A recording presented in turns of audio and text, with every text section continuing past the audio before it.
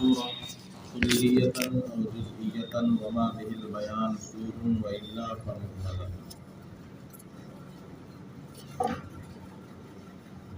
قوله والموضوع هذا التقسيم للقضية الحملية باعتبار الموضوع ولذا أشبه في تسمية الأقسام حال الموضوع.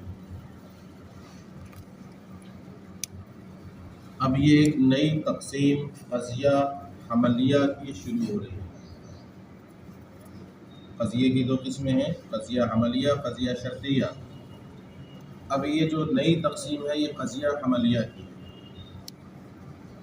اور چونکہ یہ تقسیم موضوع کے اعتبار سے ہے، یعنی اس تقسیم میں موضوع کا لحاظ کیا جائے گا، موضوع جس طرح ہوگا اسی اعتبار سے تقسیم ہوگی. تو چونکہ یہ تقسیم موضوع کے اعتبار سے ہے، اس لیے ہر قسم کا نام بھی جو رکھا گیا ہے اس میں موضوع کا لحاظ کیا گیا، جیسا موضوع ہے ویسا ہی اس کا نام رکھا گیا، کیونکہ یہ تقسیم کس کے اعتبار سے ہے؟ موضوع کے اعتبار سے. آپ نے مرقات میں پڑھا ہوگا قضیہ محصورہ، قضیہ شخصیہ، قضیہ مہملہ، قضیہ تبعیہ. یہ وہی چیز ہے، کوئی نئی چیز نہیں ہے. وہاں انہوں نے دوسرے طریقے سے تعریف کی ہے، یہاں یہ دوسرے طریقے سے، چونکہ یہاں اجمال ہے یہ اس کی تشریح اور شرح کرتے ہیں. میں اس کو دلیل حصر میں بیان کر دیتا ہوں، بہت آسانی سے سمجھ میں آ جائے گی. قضیہ حملیہ کی 4 قسمیں: شخصیہ، تبعیہ، محصورہ اور مہملہ. اور انہوں نے یہ بھی کہہ دیا ہے کہ تقسیم کس کے اعتبار سے ہے؟ موضوع کے اعتبار سے. موضوع دیکھا جائے گا، موضوع کیا ہے اس کا، جیسا موضوع ہوگا ویسی ہی قسم بنتی چلی جائے گی. اگر قضیہ حملیہ کا موضوع شخص معین ہو، قضیہ حملیہ کا موضوع یا تو شخص معین ہوگا، سیدھے سیدھے تم دلیل حصر سنو. قضیہ حملیہ کا موضوع یا تو شخص معین یعنی جزئی حقیقی ہوگا، تو اس کو ہم کہیں گے قضیہ شخصیہ. جیسے زید قائم، زید، اس قضیے کا جو موضوع ہے لفظ زید، یہ معین اور مشخص ہے کہ نہیں؟ کلی نہیں ہے، یہ جزئی ہے، یہ جزئی حقیقی ہے. تو کہتے ہیں کہ قضیہ کا موضوع یا تو جزئی حقیقی ہوگا، شخصی ہوگا، معین ہوگا، مخصوص ہوگا. اگر ایسا ہے تو ہم اس کا نام کیا رکھیں گے؟ قضیہ شخصیہ. تو چونکہ دیکھو موضوع اس کا مشخص ہے، اس لیے اس کا نام کیا رکھ دیا گیا؟ قضیہ شخصیہ. یا یہ کہ قضیہ حملیہ کا جو موضوع ہے وہ کلی ہوگا. کیا ہوگا؟ کلی. اور کلی میں حکم جو ہوگا وہ خود نفس طبیعت اور نفس حقیقت پر ہوگا، کلی کے افراد پر نہیں ہوگا. یاد رکھنا، قضیہ شخصیہ کا موضوع کیا ہوگا؟ جزئی نہیں ہوگا بلکہ کیا ہوگا؟ کلی. اور یہاں پر حکم جو لگایا جائے گا وہ کلی کی نفس حقیقت پر لگایا جائے گا، اس کے افراد پر نہیں لگایا جائے گا. اگر ایسا ہے تو اس قضیے کو ہم کہیں گے قضیہ تبعیہ. میں مثال سے سمجھا دے رہا ہوں، جیسے الانسان نوع، انسان نوع، انسان نوع ہے. تو پہلے تو دیکھو قضیے کا جو موضوع ہے الانسان، یہ کلی ہے کہ نہیں؟ کلی ہے. لیکن اس میں جو حکم لگایا جا رہا ہے نوع، یہ انسان کی نفس حقیقت پر لگایا جا رہا ہے، اس کے افراد زید بکر خالد پر نہیں لگایا جا رہا ہے، کیونکہ زید بکر خالد نوع نہیں بلکہ وہ تو جزئی حقیقی. زید بکر خالد تو کیا ہے؟ جزئی ہے. تو نوع ہونے کا جو حکم لگایا جا رہا ہے یہ انسان کی عین حقیقت پر، عین طبیعت پر، اس لیے ہم اس کو کیا کہتے ہیں؟ قضیہ طبعیہ. حقیقت بمانا طبعیت، یا طبعیت بمانا حقیقت. تو یہاں پر حکم جو لگایا جا رہا ہے کلی پر لگایا جا رہا ہے، عین کلی پر، اس کے افراد پر نہیں لگایا جا رہا ہے. تو یا تو وہی موضوع اس کا کلی ہوگا اور حکم خود عین کلی پر ہوگا، کلی کی حقیقت پر ہوگا، اس کی طبعیت پر ہوگا، اس کے افراد پر نہیں ہوگا. تو اگر ایسا ہے کہ موضوع کلی ہو اور حکم خود کلی کی حقیقت اور طبیعت پر لگایا جا رہا ہو تو اس کو ہم کہیں گے قضیہ تبعیہ. 2 ہو گئے. اور موضوع کلی تو ہو لیکن حکم عین کلی پر نہ ہو بلکہ کلی کے افراد پر. اب آ جاؤ یہاں، حکم کس پر ہو؟ کلی کے افراد پر. اب اس کی 2 صورتیں. جب حکم کلی کے افراد پر ہے تو یا تو تمام افراد کی مقدار بیان کی جائے گی کلن یا بعضن. اگر تمام افراد کی مقدار کلن یا بعضن بیان کر دی جائے اسی کو ہم کہیں گے قضیہ محصورہ. جیسے کل انسان حیوان، کل انسان حیوان، ہر انسان حیوان ہے۔ تو پہلے تو آپ اس قضیے کے موضوع کو دیکھیں، انسان جو کلی ہے کہ نہیں کلی ہے، اور یہاں پر جو حکم لگایا جا رہا ہے کہ ہر انسان حیوان ہے، یہ عین انسان پر نہیں لگایا جا رہا ہے بلکہ انسان کے کس پر لگایا جا رہا ہے؟ افراد پر۔ ہر انسان حیوان ہے، یعنی انسان کے جتنے افراد ہیں وہ سب کے سب کیا ہیں؟ حیوان ہیں۔ اور پھر یہ بھی کہ ان افراد کو بیان بھی کیا جا رہا ہے کلن کہ ہر فرد اس کا کیا ہے؟ حیوان ہے۔ بیان کیا جا رہا ہے کہ تو حکم کلی ہے موضوع، اور حکم کلی کے افراد پر ہے، اور افراد کو کلن یا بعضاً بیان بھی کیا جا رہا ہے۔ کل انسان حیوان و بعض الحیوان انسان، اور بعض حیوان انسان، کیونکہ ہر حیوان انسان نہیں۔ تو دیکھو کلن اور بعضاً دونوں طرح افراد کی مقدار کو بیان بھی کیا جا رہا ہے۔ اس کو ہم کہیں گے کیا؟ محصورہ۔ تین ہو گئے۔ اور اگر موضوع کلی ہو اور حکم کلی پر نہیں بلکہ کلی کے افراد پر ہی ہو، لیکن کلن یا بعضاً ان کی مقدار کو بیان نہ کیا گیا ہو، اسی کو ہم کہتے ہیں قضیہ مہملہ۔ مہملہ اس لیے کہتے ہیں کیونکہ وہاں پر افراد کی مقدار بیان نہیں کی جائے گی، جیسے الانسان کاتب، الانسان کاتب، انسان کاتب ہے، یہ کاتب ہونے کا حکم عین انسان پر نہیں لگا رہے ہیں آپ، کس پر لگا رہے ہیں؟ انسان کے افراد پر۔ لیکن یہاں یہ نہیں بتایا جائے گا کہ کتنے کاتب ہیں، 100 کاتب ہیں، ان میں سے 1000 کاتب ہیں، 1,00,000 کاتب ہیں، کروڑ کاتب ہیں، یہ افراد کی مقدار یہاں پر بیان نہیں کی جائے گی۔ جیسے ہم کہیں المؤمن الانسان ناجٍ، انسان نجات یافتہ ہے، لیکن اس میں یہ نہیں معلوم کہ کتنے نجات یافتہ ہیں، سب کے سب نجات یافتہ ہے یا بعض نجات یافتہ ہے، کیا ہے؟ تو یہاں پر یہ معاملہ ہے، حکم افراد پر ہے لیکن ان کی مقدار کو کلن یا بعضاً بیان نہیں کیا گیا ہے۔ تو کئی قسمیں ہو گئی؟ یہ 4، اس کی قضیہ حملیہ کی۔ اتنی ملا لو دلیل حسن۔ والموضوع هذا تقسیم للقضیۃ الحملیہ باعتبار الموضوع، یہ قضیہ حملیہ کی موضوع کے اعتبار سے ایک تقسیم ہے۔ ولذا لوحظ فی تسمیۃ الاقسام حال الموضوع، اسی لیے اقسام کا نام رکھنے میں بھی موضوع کے حالت کا کیا کیا گیا ہے؟ لحاظ کیا گیا ہے، اعتبار کیا گیا ہے۔ فیسمی ما موضوعہ شخص شخصیۃ، تو وہ قضیہ جس کا موضوع شخص معین ہو اس قضیے کو کیا کہیں گے؟ شخصیہ۔ وعلی ھذا القیاس فمحصل التقسیم، اب دیکھو حاصل تقسیم یہاں سے شروع کرتے ہیں۔ ان الموضوع اما جزئی حقیقی، تو اب قضیہ حملیہ کا موضوع یا تو جزئی حقیقی ہوگا، جیسے کہ ہمارا قول ھذا انسان، یہ انسان ہے، یہ انسان ہے، تو یہاں پر موضوع کیا ہے؟ یا ھذا انسان میں ھذا، تو ھذا ویسے تو کلی کے لیے بیان کیا گیا لیکن جب کسی کے ساتھ لگ گیا تو کیا ہو گیا؟ اب جزئی ہو گیا۔ تو ھذا انسان یہ معین ہے، تو یہ کس میں چلا جائے گا؟ قضیہ شخصیہ۔ جیسے کہ ہمارا قول ھذا انسان، او کلی، یا موضوع جو ہوگا قضیہ حملیہ کا وہ کلی ہوگا، تو اگر یا تو جزئی ہوگا یا کلی ہوگا۔ وعلی الثانی، اور اگر کلی ہوگا تو یا تو حکم نفس حقیقت پر ہوگا، اس کلی کی نفس حقیقت پر ہوگا، فتبعیۃ فإما أن يكون الحكم على نفس حقیقت هذا الكل وتبعیته من حيث هي أو على أفراده، تو اب اگر موضوع جو ہے وہ کلی ہے تو اب اس کی دو صورتیں، یا تو حکم نفس حقیقت پر ہوگا یا اس کے افراد پر ہوگا۔ اگر حکم نفس حقیقت پر ہے تو اس کو ہم کیا کہیں گے؟ قضیہ تبعیہ، اور اگر اس کے افراد پر ہے تو اب اس کی بھی دو صورتیں، وہی بتانا چاہ رہے ہیں۔ تو حکم یا تو اس کلی کی نفس حقیقت پر اور اس کی تبعیت پر ہوگا، من حیث ہی او علی افرادہ، یا حکم اس کے افراد پر ہوگا۔ وعلی الثانی، اور حکم اگر افراد پر ہو پھر کہتے ہیں فإما أن يبين کمیت افراد المحکوم علیہ بأن يبين ان الحکم علی کلھا او علی بعضھا، اگر حکم افراد پر ہو تو اب محکوم علیہ کے افراد کی مقدار کو بیان کر دیا جائے گا، اس طور پر کہ یہاں پر حکم محکوم علیہ کے ہر فرد پر لگایا جا رہا ہے یا اس کے بعض افراد پر، اولا، یا تمام افراد کو بیان نہیں، یعنی حکم تمام افراد پر کلن یا بعضاً نہیں لگایا جائے گا، بل یحمل، بلکہ کیا ہوگا؟ محمل ہوگا۔ اب کہتے ہیں فل اول شخصیت، تو پہلا والا کیا ہے؟ شخصیہ، والثانی تبعیت، دوسرا والا کیا ہے؟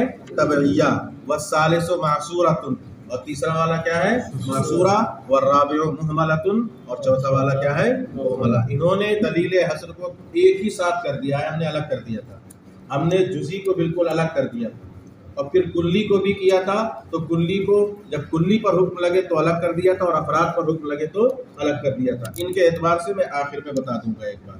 اتنا سمجھ میں آ گیا نا؟ آگے چلو۔ اب یہ جو قضیہ محصورہ ہے اس کی 4 قسمیں، کیا قسمیں ہوں گی اس کی؟ 4۔ اس لیے کہ وہ قضیہ جو محصورہ ہوگا، یعنی جس میں موضوع کے افراد کی مقدار کو بیان کیا جائے گا، تو یا تو ہر فرد کی موضوع کے ہر فرد کے لیے حکم ثابت ہوگا، جیسے کل انسان حیوان، ہر انسان حیوان ہے، یا ہر فرد کے لیے حکم ثابت نہیں ہوگا، جیسے بعض الحیوان انسان، بعض حیوان انسان ہے، تو یہاں ہر فرد کے لیے نہیں۔ تو 2 صورتیں ہوں، یا تو حکم موضوع کے ہر فرد کے لیے ثابت ہوگا، یا ہر فرد کے لیے ثابت نہیں ہوگا۔ پھر اس کے بھی 2 صورتیں، یا تو یہ حکم ایجابی ہوگا یا یہ حکم سلبی ہوگا۔ تو کل کتنی ہو گئی؟ 4۔ موجبہ کلیہ، موجبہ جزیہ، سالبہ کلیہ، سالبہ جزیہ۔ کتنی ہو گئی؟ 4۔ سمجھ میں آیا؟ تو موجبہ کلیہ کس کو کہیں گے؟ اس قضیے کو کہیں گے جس میں حکم موضوع کے ہر فرد کے لیے ثابت کیا جائے، ٹھیک ہے؟ اور موجبہ جزیہ اس قضیہ کو کہیں گے، یا اس قضیہ کلیہ موجبہ کو کہیں گے جس میں حکم موضوع کے ہر فرد کے لیے نہیں بلکہ بعض کے لیے ہو، جیسے بعض المومن صحابی ہیں، بعض مومن کیا ہے؟ صحابی ہیں، تو بعض کے لیے ثابت ہے۔ اور سالبہ کلیہ اس قضیے کو کہیں گے کہ جس میں موضوع کے ہر فرد سے محمول کی کیا کی گئی ہو؟ نفی کی گئی ہو، جیسے لا شیء من الانسان بحجر، ہر فرد کی نفی ہو رہی ہے حجر سے کہ نہیں ہو رہی ہے۔ اور سالبہ جزئیہ یہ کس کو کہیں گے؟ کہ موضوع کے ہر فرد سے محمول کی نفی نہ کی گئی۔ یہ تعریف اس میں نہیں ہے، میں بتا دے رہا ہوں، اس سے سمجھنے میں آسانی ہو جائے گی، ٹھیک ہے؟ جیسے ہم کہہ سکتے ہیں کیا بعض الحیوان لیس بانسان، تو بعض حیوان انسان نہیں ہے، تو یہاں پر موضوع کے ہر فرد سے نفی نہیں کی گئی ہے بلکہ بعض سے کی گئی ہے۔ بعض حیوان انسان ہے اور بعض حیوان انسان نہیں ہے۔ تو قضیہ معصورہ کئی طرح کا ہو گیا؟ 4، اسی کو بیان کر رہے ہیں۔ ثم المعصورۃ ان بین فیہا، اگر قضیہ معصورہ میں یہ بیان کر دیا جائے کہ ان الحکم علی کل افراد الموضوع، یہ حکم موضوع کے ہر فرد پر ہے، تمام افراد پر ہے، فکلیۃ، تو وہ کیا ہے؟ کلیہ ہے۔ وَإِن بُيِّنَ أَنَّ الْحُكْمَ عَلَى بَعْضِ أَفْرَادِهِ، اور اگر یہ بیان کر دیا جائے کہ حکم بعض افراد پر ہے، فَجُزْئِیَّۃٌ، تو کیا ہوگا؟ جزیہ۔ اب ان میں سے ہر ایک کی 2 قسم ہوں گی، کیا؟ موجبہ اور سالبہ، تو کل کتنی ہو جائے گی؟ 4۔ وَكُلٌّ مِّنْهُمَا مُوجِبَةٌ أَوْ سَالِبَةٌ، اب ان میں سے ہر ایک موجبہ ہوگا اور سالبہ ہوگا، تو کل موجبہ کلیہ، موجبہ جزیہ، سالبہ کلیہ اور سالبہ۔ ولا بد في كل من تلك المحصورات الاربع من امر يبين كمية افراد الموضوع يسمى ذلك الامر بالصور۔ اب جب آپ اس کو محصورہ کہہ رہے ہیں، محصورہ کا مطلب گھیرے ہوئے، گھرا ہوا، تو اس کا مطلب یہ ہے کہ اس کو کوئی گھیرے گا تبھی تو یہ محصورہ بنے گا۔ الانسان کاتب محصورہ نہیں ہے کیونکہ اس کو کوئی گھیرنے والا نہیں ہے، اور کل انسان حیوان یہ محصورہ ہے، کیوں؟ کیونکہ اس کو ایک چیز گھیرنے والی ہے، کیا؟ کل۔ تو معصورہ کا مطلب یہ ہے کہ کوئی ایک چیز اس قضیے میں ایسی ہوگی جو کیا کر رہی ہوگی؟ اس کا حصار، کیا کر رہی ہوگی؟ حصار کر رہی ہوگی۔ تو وہی قضیے کا جو حصار کرے اسی کو منطقی کہتے ہیں سور۔ کیا کہتے ہیں؟ سور۔ سور یہ ماخوذ ہے سور البلد سے، شہر پناہ بنائی جاتی تھی نا زمانے قدیم میں، جب شہر بسایا جاتا تھا تو 4 دیواری پورے شہر کی طرف سے ہوتی تھی، اسے شہر پناہ کہتے تھے، سور البلد۔ کیا کہتے تھے؟ اس کے گھیرا کرنے، شہر کا گھیرا کرنے والی قلعے بناتے تھے نا، قلعے کے چاروں طرف ایک دیوار اتنی اونچی ہوتی تھی کہ کوئی اندر داخل نہیں ہو سکتا تھا بغیر گیٹ کے، تو وہی کیا ہوتی تھی؟ وہ قلعہ پناہ یا شہر پناہ ہوتی تھی۔ اسی سے ماخوذ ہے یہ سور، کہ یہ بھی قضیے کا کیا کر لیتا ہے؟ احاطہ کر لیتا ہے، ٹھیک ہے؟ تو اب ہر ایک کا سور الگ الگ ہوگا، موجبہ کلیہ کا سور الگ ہوگا، موجبہ جزیہ کا سور، کیونکہ حکم بھی تو الگ لگ رہا ہے، موجبہ جزیہ کلیہ میں حکم ہر فرد کے لیے ہے اور موجبہ جزیہ میں حکم ہر فرد کے لیے نہیں، تو ان کا سور بھی کیا ہو جائے گا؟ الگ الگ ہو جائے گا۔ اسی کو بیان کر رہے ہیں کہ ہر ایک کا سور بھی الگ ہوگا۔ کہتے ہیں اور محصورات اربع میں سے ہر ایک کے لیے کسی ایک ایسے امر کا ہونا ضروری ہے جو موضوع کے افراد کی مقدار کو بیان کرے، اور اسی کو ہم کیا کہتے ہیں؟ سور کہتے ہیں۔ اخذ من سور البلد، اخذا جس کو اخذ کیا گیا کس سے؟ سور البلد سے، اذ کما ان سور البلد محیط به، کہ اس لیے کہ جس طرح شہر کی دیوار اس کا احاطہ کیے ہوتی تھی، کذالک ھذا الامر محیط بما حکم علیہ من افراد الموضوع، ایسے ہی یہ سور بھی یہاں ان تمام افراد موضوع کو گھیر لے گا جن پر کیا لگایا جا رہا ہے؟ حکم لگایا جا رہا ہے۔ فسور الموجبہ کلیہ، تو موجبہ کلیہ کا سور ہوتا ہے کل اور لام استغراق۔ موجبہ کلیہ کا سور کیا ہے؟ لفظ کل اور لام استغراق۔ اور اردو میں کیا ہوگا موجبہ کلیہ کا سور؟ سب، ہر، تمام، سارے، بہت ڈھیر ہیں اردو میں اس کے سور، ٹھیک ہے۔ اور فارسی میں ہما، ہر، ہما اور ہر۔ وما یفید معناہما من ای لغت کانت، اور ان کے علاوہ وہ بھی جو ان کے معنی میں ہو، یعنی جو کل اور لام استغراق کے معنی میں ہو، چاہے وہ کسی بھی لغت کے ہوں۔ جیسے کہ فارسی میں دیکھو حاشیے میں دیا ہے ہر انسان حیوان است، ہر انسان حیوان ہے، تو یہاں پر لفظ ہر جو ہے یا ہما آتا تب بھی وہ کیا ہوتا؟ موجبہ کلیہ کا سور ہوتا۔ وہ موصور الموجبۃ الجزئیہ بعض و واحد وما یفید معناہما، اور موجبہ جزئیہ کا سور لفظ بعض اور لفظ واحد اور جو ان کے معنی میں ہو۔ وسور سالبۃ الکلیہ، اور سالبہ کلیہ کا سور لا شیء، لا واحد، ونظائرہما، اور ان کے جیسے۔ وسور سالبۃ الجزئیہ ہوا لیس بعض و بعض لیس و لیس کل وما یرادفها، تین ہے کیا؟ لیس بعض، بعض لیسا اور لیسا کل، اور جو ان کے مرادف ہیں وہ بھی نکل سکتے ہیں، لیکن تم اتنا یاد کر لیں۔ تو کتنے سور ہوئے؟ 4، کیونکہ 4 قسمیں ہیں معصورات کی، تو سور بھی کتنے ہوں گے؟ 4۔ لیکن اب کسی کے 3 ہیں، کسی کے 2 ہیں، کسی کے 4 ہیں، تو اس طرح سور تو بہت زیادہ ہے، لیکن سور کی قسمیں کتنی ہیں؟ 4۔ جیسا قضیہ ہے ویسا ہی اس کا کیا ہے؟ سور بھی ہے۔ کلیہ ہے تو قضیہ بھی سور بھی کلیہ والا ہے، اور جزئیہ ہے تو سور بھی کیا ہے؟ جزئیہ والا۔ اب موجبہ ہے تو موجبہ والا، اور سالبہ ہے تو سالبہ والا۔ یہ بھی پڑھا دوں ایک قول تھوڑا سا اور آسان ہے۔ وَتُلَازِمُ الْجُزْئِيَّةَ، یہ کہا نا، اب اوپر والی عبارت ملا دو متن والی، اب سمجھ میں آ جائے گی۔ وَإِنْ كَانَ فَالْمَوْضُوعُ إِنْ كَانَ شَخْصًا مُعَيَّنًا، تو اگر قضیے کا موضوع شخص معین ہو تو اس قضیے کا نام شخصیہ مخصوصہ رکھا جائے گا۔ وَإِنْ كَانَ نَفْسَ الْحَقِيقَةِ فَتَبْعِيَّةٌ، اور قضیے کے موضوع پر حکم نفس حقیقت پر ہو تو وہ تبعیہ ہے۔ وَإِلَّا، اور ورنہ اگر اس کے افراد کی مقدار کلن یا بعضاً بیان کر دی گئی ہے تو وہ محصورہ ہے، اس کی 2 قسمیں کلیہ اور جزئیہ۔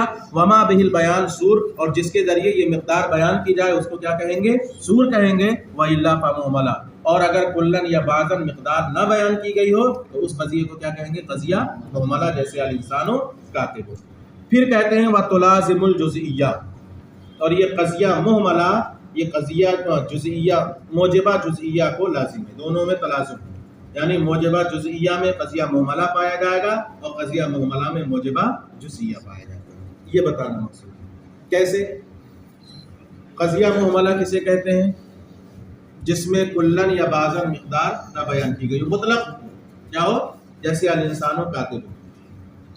اب اس میں یہ تو نہیں کہا گیا کہ سارے کے سارے انسان کاتب ہیں یا بعض کے بعض انسان کاتب ہیں، یہ سب کو شامل ہے، چاہے سارے کے سارے ہوں یا بعض ہوں۔ تو جب قضیہ مہملہ پایا جا رہا ہے انسان کاتب ہے، تو اس میں بعض الانسان کاتب پایا جا رہا ہے کہ نہیں پایا جا رہا ہے؟ بالکل پایا جا رہا ہے۔ جب مطلق کہہ دیا کہ انسان کاتب ہے تو اس میں بعض الانسان کاتب پایا جا رہا ہے کہ نہیں پایا جا رہا ہے؟ تو قضیہ مہملہ میں قضیہ موجبہ جزئیہ پایا جا رہا ہے، اور موجبہ جزئیہ میں مہملہ پایا جائے گا۔ موجبہ جزئیہ مثلا بعض الحیوان انسان، بعض الحیوان، اس میں قضیہ مہملہ ہے، کیونکہ مہملہ کے اندر کوئی قید نہیں ہوتی کہ وہ کتنے ہوں گے، کل ہوں گے یا بعض ہوں گے، 4 ہوں گے یا 10 ہوں گے، تو اس میں قضیہ مہملہ پایا جا رہا ہے۔ کیونکہ مطلق جب یہ بعضیت پائی جا رہی ہے تو مطلق بھی تو یہ ہوگا بعض الحیوان انسان، تو اس میں یہ بھی تو ہوگا کہ انسان ہے وہ حیوان انسان ہے۔ تو مہملہ ہو اس میں موجبہ جزئیہ پایا جا رہا ہے، اور موجبہ جزئیہ ہو تو اس میں قضیہ مہملہ پایا جا رہا ہے، ٹھیک ہے۔ تو یہ کہتے ہیں کہ قضیہ مہملہ یہ موجبہ جزئیہ کے لیے کیا ہے؟ لازم۔ اس کے نیچے دیکھیں، اعلم ان القضایا المعتبرۃ فی العلوم هی المحصورات الاربع لا غیر ذلك، لا غیر،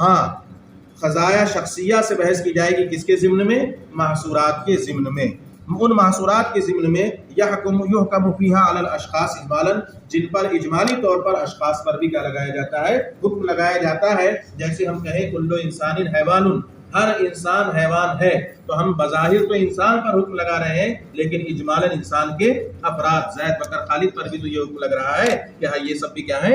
حیوان ہے۔ تو اس سے بحث الگ سے نہیں ہوگی قضیہ شخصیہ سے، کہاں بحث ہوگی؟ کس کے ضمن میں؟ محصورات کے ضمن میں۔ والطبعیۃ لا یبحث عنہا فی العلوم اصلا، اور قضیہ طبعیہ سے تو علوم میں بالکل بحث ہی نہیں ہوتی۔ فإن الطبائع الکلیہ من حیث نفس مفہومها کما ہوا موضوع الطبعیہ لا من حیث تحققها فی ضمن الاشخاص غیر موجودۃ فی الخارج۔ یہ لفظی ترجمے پہ مت جائیے، جو میں بتا رہا ہوں یاد کرنا، اس لیے کہ قضیہ طبعیہ من حیث مفہوم، من حیث المفہوم، یہ خارج میں نہیں پایا جاتا، یعنی موضوع کے مفہوم کے اعتبار سے خارج میں نہیں پایا جاتا۔ ہم کہہ رہے ہیں الانسان نوع، انسان ایک نوع ہے، تو انسان نوع ہونے کی حیثیت سے خارج میں کہیں نہیں پایا جا سکتا۔ جب بھی پایا جائے گا تو کون پائے جائیں گے؟ اس کے افراد پائے جائیں گے۔ تو موضوع من حیث الموضوع قضیہ طبعیہ میں خارج میں نہیں پایا جائے گا، ہاں اشخاص کے ضمن میں پا لیا جائے گا۔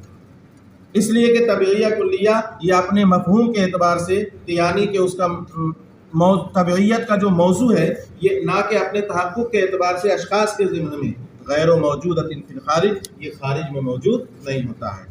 فلا کمال فی معرفت احوالها، تو پھر اس کی احوال کی معرفت کو حاصل کرنے میں بھی کوئی کمال نہیں ہے، کیونکہ یہ علوم کی تدوین اس لیے ہوئی ہے کہ اس شے کے احوال کو جانا جائے جو خارج میں موجود ہوتے ہیں، اور قضیہ طبعیہ من حیث قضیہ طبعیہ خارج میں اس کا کوئی وجود نہیں ہوتا۔ فانحصر القضایا المعتبرہ فی المحصورات الاربع، تو اب قضایا جو معتبر ہیں وہ منحصر ہو گئے کتنے میں؟ محصورات اربع میں، انہی سے بحث ہوگی، موجبہ کلیہ، موجبہ جزیہ، سالبہ کلیہ اور سالبہ جزیہ۔ اب ان کے اعتبار سے اس کے اعتبار سمجھو، دلیل حسن خلاصہ بھی تمہیں سنانا ہی ہے کہ قضیہ حملیہ کی کتنی قسمیں ہیں؟ 4، شخصیہ، طبعیہ، محصورہ، مہملہ۔ اس لیے کہ قضیے کا موضوع یا تو جزئی ہوگا یا کلی ہوگا۔ اگر قضیے کا موضوع کلی ہے تو اب اس میں یا تو حکم افراد پر ہوگا، نفس حقیقت پر ہوگا، یا افراد پر ہوگا، اور اگر حکم افراد پر ہو تو اب اس کی 2 صورتیں، یا تو افراد کی مقدار کلن یا بعضاً بیان کی جائے گی، یا کلن اور بعضاً بیان نہیں کی جائے گی۔ پہلی والی صورت اس کو کیا کہیں گے؟ قضیہ شخصیہ، یعنی موضوع اگر جزئی حقیقی ہے، شخص معین ہے، تو اس کو جزئی حقیقی کی وجہ سے کیا کہیں گے؟ قضیہ شخصیہ۔ اور اگر حکم کلی کی نفس حقیقت پر ہو تو اس کو کہیں گے کیا؟ قضیہ طبعیہ۔ اور اگر حکم نفس کلی پر نہ ہو بلکہ اس کے افراد پر ہو تو اس کی 2 صورتیں ہیں، یا تو تمام افراد کو بیان کیا جائے گا یا بیان نہیں کیا جائے گا۔ اگر بیان کیا جائے گا تو اسے کہیں گے قضیہ محصورہ، اور بیان نہیں کیا جائے گا تو اسے کہیں گے قضیہ مہملہ۔ پھر معصورہ کی 2 قسمیں ہیں، اس لیے کہ حکم یا تو اب موضوع کے تمام ہر فرد پر لگایا جائے گا یا ہر فرد پر نہیں لگایا جائے گا۔ اگر حکم ہر فرد پر لگایا جائے گا تو اسے ہم کہیں گے کلیہ، اور اگر ہر فرد پر نہیں لگایا جائے گا تو اسے ہم کہیں گے جزئیہ۔ پھر ان میں سے ہر ایک کی 2 قسمیں ہیں، یا تو یہ ایجابی حکم ہوگا یا سلبی۔ اگر ایجابی ہے تو ایک ہوگا موجبہ کلیہ، ایک ہوگا موجبہ جزئیہ، اور اگر حکم سلبی ہے تو ایک ہوگا سالبہ کلیہ اور دوسرا ہوگا سالبہ جزئیہ۔ اور محصورات میں ہم محصور کہہ رہے ہیں کس لیے کہ اس کو کوئی چیز گھیرے ہوئے ہے، اور جو چیز اس کو گھیرے گی اس کو ہم کیا کہیں گے؟ سور۔ یہ ماخوذ ہے کس سے؟